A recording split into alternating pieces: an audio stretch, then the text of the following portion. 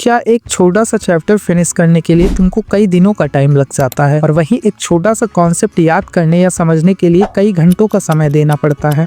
किसी चीज को जल्दी सीखना या समझना ये डिपेंड करता है हमारी स्टडी की एफिशिएंसी पर, और हमारी स्टडी में एफिशिएंसी डिपेंड करती है 4 मेजर पिलर्स पर। सो अगर तुमको भी अपनी स्टडी में एफिशिएंसी को इंक्रीज करना है तो this video only for you. And सिर्फ देखने या सुनने से तुम्हारी एफिशिएंसी इंक्रीज नहीं होने वाली है, तो एक पेन और नोटबुक लेकर बैठ जाओ और जो पॉइंट्स मैं बताता जाऊं उनको नोट करते जाओ और स्टडी में अपने उसको अप्लाई करो एंड तुम अपनी स्टडी में एक अच्छा चेंज देखोगे आने वाले कुछ दिनों में। So let's get started. अगर हम लोग बात करें first pillar of our study efficiency की, तो ये है हमारा फोकस और कंसंट्रेशन। किसी भी कॉन्सेप्ट या थ्योरी को हम लोग कितना जल्दी सीखते हैं, लर्न करते हैं या फिर एब्जॉर्ब करते हैं, ये इस बात पर भी डिपेंड करता है कि हम लोग उसको कितना फोकस और कंसंट्रेट होकर सीख रहे हैं। हमारा कंसंट्रेशन डिपेंड करता है 2 मेजर फैक्टर्स पर। The first one is our distraction and the second one is our environment. As we all know, जैसे जैसे हमारी दुनिया मॉडर्न होती जा रही है, हमारे लिए स्टडी में डिस्ट्रैक्शन उतना ही बढ़ता जा रहा है। Social media, shorts, reels, Instagram, ये सारी चीजें हमारे लिए एक डिस्ट्रैक्शन का भी काम कर रही हैं। ये ऐसी चीजें हैं जो हमारे कंसंट्रेशन लेवल को भी डिक्रीज करती हैं और हमारे लॉन्ग सिटिंग आवर्स को भी डिक्रीज कर रही हैं, क्योंकि शॉर्ट्स या रील्स के अंदर हमारे ब्रेन को इंस्टेंटली 1 मिनट में ही वो प्लेजर मिल जाता है जिसके लिए वो उसमें एंगेज होता है, जबकि स्टडी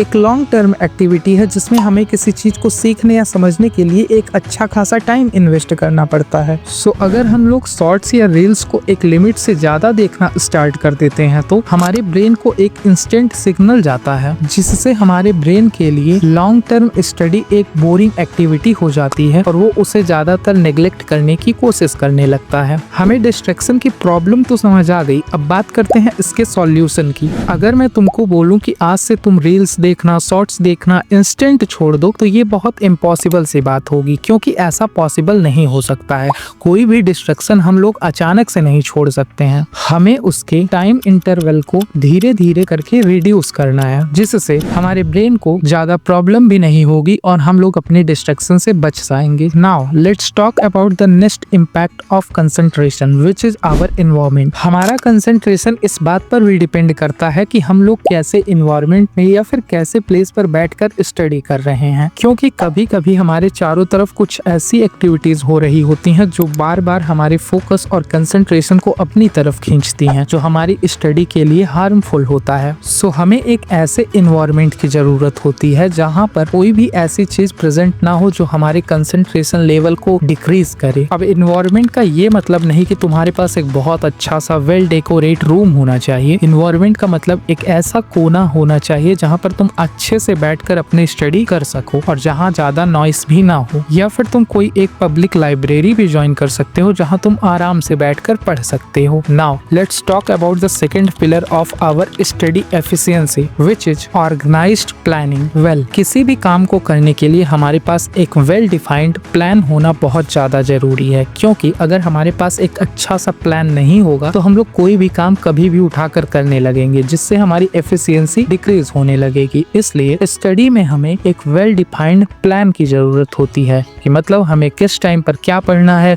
और हमें किस सब्जेक्ट को कितना टाइम देना है और किस चैप्टर को हमें कितने टाइम में फिनिश करना है, इसकी एक बाउंड्री होनी चाहिए, जिससे कि हमारे पास एक डेडलाइन होगी किसी भी वर्क को फिनिश करने की। और जब भी हम डिस्ट्रैक्ट होंगे तो हमारा ब्रेन हमको एक सिग्नल देगा कि हम लोग अपने ट्रैक से डिस्ट्रैक्ट हो रहे हैं, क्योंकि हमें हमारे वर्क को एक फिक्स डेडलाइन के अंदर कंप्लीट करना है। एंड अगर तुमको भी जानना है कि एक अच्छा और रियलिस्टिक टाइम टेबल कैसे बनाए, तो तुम मेरा ये वाला वीडियो चेकआउट कर सकते हो। एंड याद रखना, अपना स्टडी प्लान बनाते टाइम एक प्रोग्रेस ट्रैकर जरूर बनाना, मतलब तुम कौन कौन से टॉपिक्स को फिनिश कर चुके हो उसको उसमें बार बार टिक करते रहना, जिससे कि लास्ट में फिनिश होने के बाद तुमको एक इंटरनल मोटिवेशन भी मिलेगा और तुमको ये भी पता चल जाएगा कि हाँ, तुमने इतने टास्क डन कर लिए हैं। Now let's move our next pillar of our study efficiency which is active study methods.